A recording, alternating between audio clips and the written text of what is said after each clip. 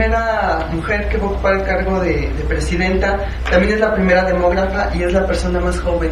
¿No es un paquete muy grande?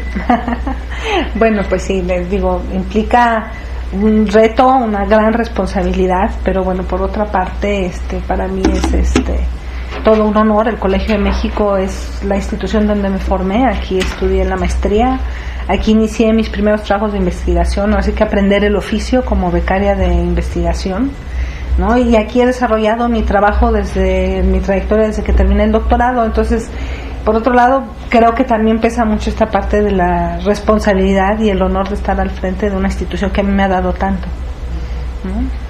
¿Qué opina que todavía sea noticia que una mujer ocupe un cargo directivo o una presidencia? Pues sí, mira, yo creo que si uno ve esto desde la perspectiva de qué pasa en México sobre la desigualdad de género, ¿no? Y es una historia de avances en educación. Ustedes mismos como expertos en educación lo han visto. Ha habido una disminución en la brecha educativa entre hombres y mujeres, lo que hace 25 años, 30 años veíamos de desigualdades en el acceso a la educación entre niñas y niños desde secundaria, en zonas rurales, entre poblaciones indígenas. Es una brecha y es un área donde creo que México puede presumir que ha avanzado con certeza, ¿no?, en términos de la desigualdad de género. Creo que el hecho de que mi nombramiento sea noticia nos habla de que lo que falta ahora es que esa disminución de la brecha en la desigualdad educativa se traduzca en disminución de la desigualdad en la participación de la mujer en otros ámbitos, ¿no? En el ámbito laboral, en el ámbito de puestos de trabajo, de tomas de decisión, en ámbitos como el político, ¿no? Entonces, bueno, pues tenemos que seguir trabajando y yo espero que esto deje de que antes de que mi hija cumpla mi edad, hechos como nombramientos como dejen de ser noticia y sea parte de la cotidianidad en los cambios que haya en las instituciones de educación superior. Hablando de su proyecto para el Colegio de México, ¿qué áreas van a impulsar? ¿Cómo ve usted la institución? ¿Qué le hace falta? Sí, mira, yo creo que el Colegio de México está en un momento muy interesante, ¿no? Un momento que da mucho espacio para la creatividad, para la construcción, por procesos internos y externos, ¿no? A nivel interno, el colegio está en una etapa de transición generacional muy particular y que además tiene rasgos diferentes a lo que está pasando en otras instituciones de educación superior. O sea, ¿qué es lo que ha pasado en México? O sea, por ejemplo, el colegio cumple hoy 75 años, ¿no? Tiene en este año, ¿no?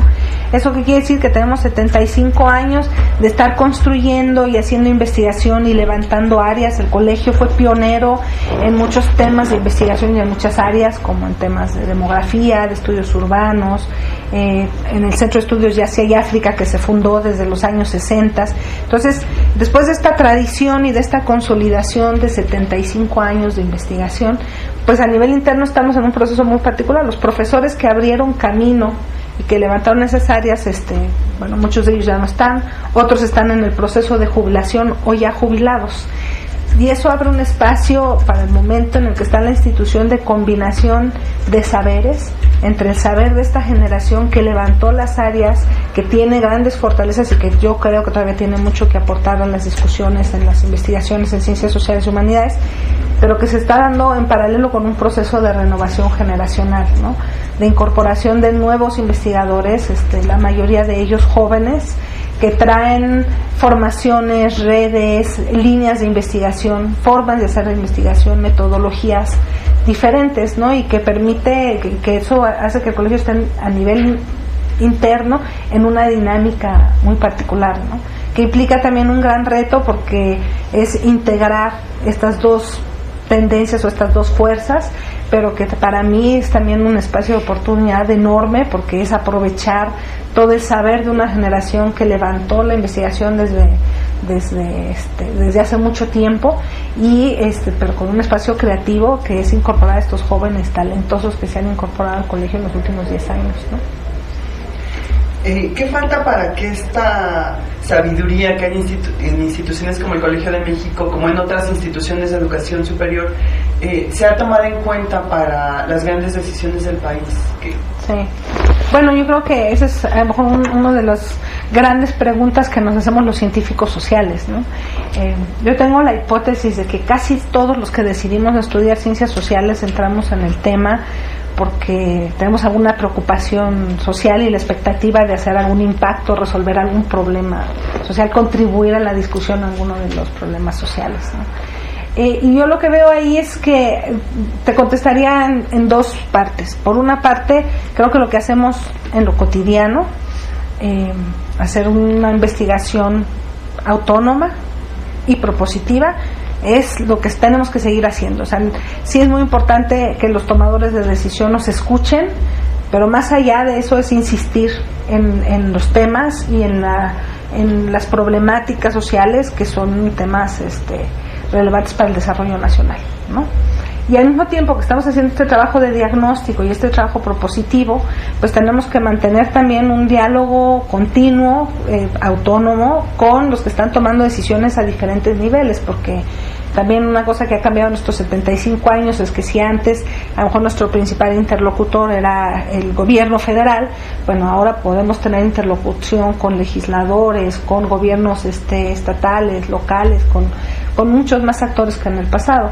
Y creo que hay algo que a lo mejor no se ve tan contundente, pero que yo creo que sí está, es que los científicos sociales también intervenimos en la construcción de la agenda pública, o sea, de los temas que son relevantes, ¿no? Hay diversos temas que se hacen visibles porque la academia los está haciendo visibles, ¿no?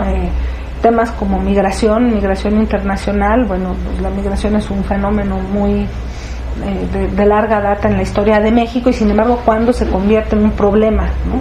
Y yo creo que la academia ahí en detectar los problemas, los dilemas que hay vinculados con la migración internacional, problemas de derechos humanos, problemas de seguridad al cruce, y tener estos diagnósticos precisos también colabora en la construcción de esta agenda pública, ¿no? Y ya la otra parte que uno quisiera es, bueno, no solamente contribuir a la agenda pública, sino que este conocimiento también sirva para toma de decisiones, ¿no? Y ahí a varios niveles, o sea, a veces hay ejemplos en los que podemos pensar en donde sí ha habido mayor interacción, ¿no? Y bueno, pues hay otros en donde no, pero eso no nos debe dejar de disminuir en nuestra vocación de seguirlo trabajando, ¿no? Que tenemos que pensar la educación superior no desvinculada del papel que tiene o del papel que juega dentro de todo el sistema educativo, ¿no? Hemos tenido grandes avances en cobertura en educación media superior, pero todavía tenemos una deserción escolar tremenda en media superior. Entonces tenemos un grupo de población que no está terminando la prepa, ¿no? Tenemos un grupo de población que sí la termina y que no está pudiendo acceder a los espacios que hay disponibles en las universidades públicas. Entonces el reto es doble, porque uno esperaría que dentro de la evolución en la educación en México hacia el futuro aumentara o disminuyera la deserción escolar a nivel de la media superior, al mismo tiempo que se mantiene entonces la presión por los espacios que no se están, la demanda a la que no estamos respondiendo.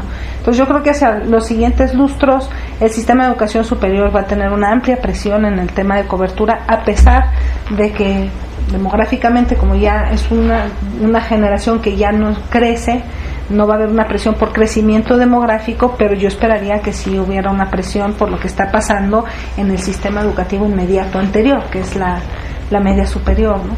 Y el problema de la calidad, bueno, mencionaban expertos en educación que una de las cosas que ha pasado es que la desigualdad educativa que veíamos en acceso ahora se traduce en desigualdad educativa por las diferencias en la calidad de los diferentes sistemas, ¿no?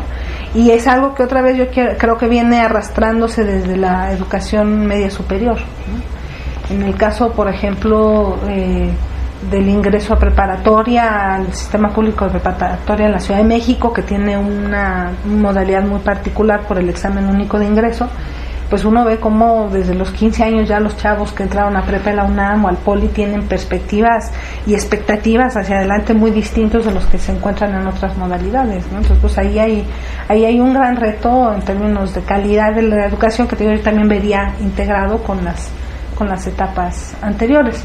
Y el tercero que decías de vinculación, sí, pues justamente lo que yo creo que pasa en esta época de la nueva era del conocimiento, de la época de las tecnologías de la información y la comunicación, es que se nos amplían las posibilidades de manera infinita, ¿no? De la cantidad de información a la que se puede acceder, cómo los jóvenes acceden hoy a la información en un minuto. Y a lo mejor de repente lo que nos falta son filtros para dentro de toda esa información poder decidir, bueno, cuál es la que necesitamos, cuáles son por ejemplo, las tecnologías de la información que nos permiten fortalecer más nuestro quehacer cotidiano como docentes, y que ahí los que estamos en la educación superior también tenemos que hacer una revisión de hacia dónde queremos llevarlos, ¿no? A lo mejor un ejemplo es cómo han abierto las opciones de modalidad a distancia, que permite tener una cobertura, por ejemplo, geográfica, y llegar y de repente tener como interlocutores a estudiantes en otros espacios fuera de, en este caso, de la Ciudad de México, que son interacciones que de otra forma no podrías tener, ¿no?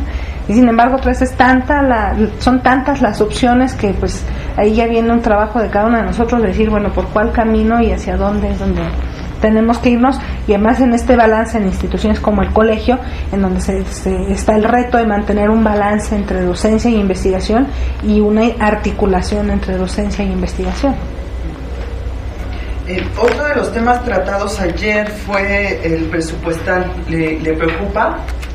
Sí, bueno, sí es una preocupación, pero creo que hace 2 días la respuesta que te habría dado es distinta a la que te voy a dar ahora, ¿no? Porque el hecho de que dentro del nuevo paquete presupuestal, la propuesta protege en cierta medida el presupuesto en educación. El Colegio de México tiene un aumento moderado en el ingreso, y que bueno, eso nos va a permitir asegurar pues, las actividades básicas y cotidianas dentro del Colegio de México, ¿no? Hay otra demanda otras demandas que tienen que ver con los propios procesos administrativos del colegio, o demandas en términos de buscar, una de las propuestas de trabajo que yo tengo es abrir apoyos para proyectos de investigación en temas estratégicos, y bueno, pues con los recursos que tenemos no será suficiente. Ahí tendremos que estar buscando fuentes de financiamiento adicionales a través de otros mecanismos, ¿no? Organismos internacionales, fundaciones, que en donde haya también sinergia y sincronía entre estos temas estratégicos y lo que son las agendas también de esas instituciones. Ya para finalizar, doctora, el tema de la rendición de cuentas en las instituciones de educación superior se ha dejado de lado, ¿no? Se ha criticado que no se están rindiendo cuentas como debería. ¿Qué opina usted? ¿Va a implementar algunas medidas en el colegio para...? ¿Rindiendo cuentas a quién? ¿Al interior de nosotros, o sea, en las dinámicas de aquí, o hacia afuera? No, hacia afuera, de cómo se gasta el dinero público. Bueno, yo creo que en eso aún así ha habido avances muy importantes. O sea, tú puedes ver en los informes de actividades del colegio que están en la página del colegio un desglose del presupuesto y cuánto se usa en los diferentes rubros, ¿no? Y es información pública y transparente, ¿no? Entonces, en la parte que tiene que ver con usos de recursos, yo sí creo que ha habido un avance en términos de hacer públicos y accesibles hacer pública y accesible esta información, ¿no?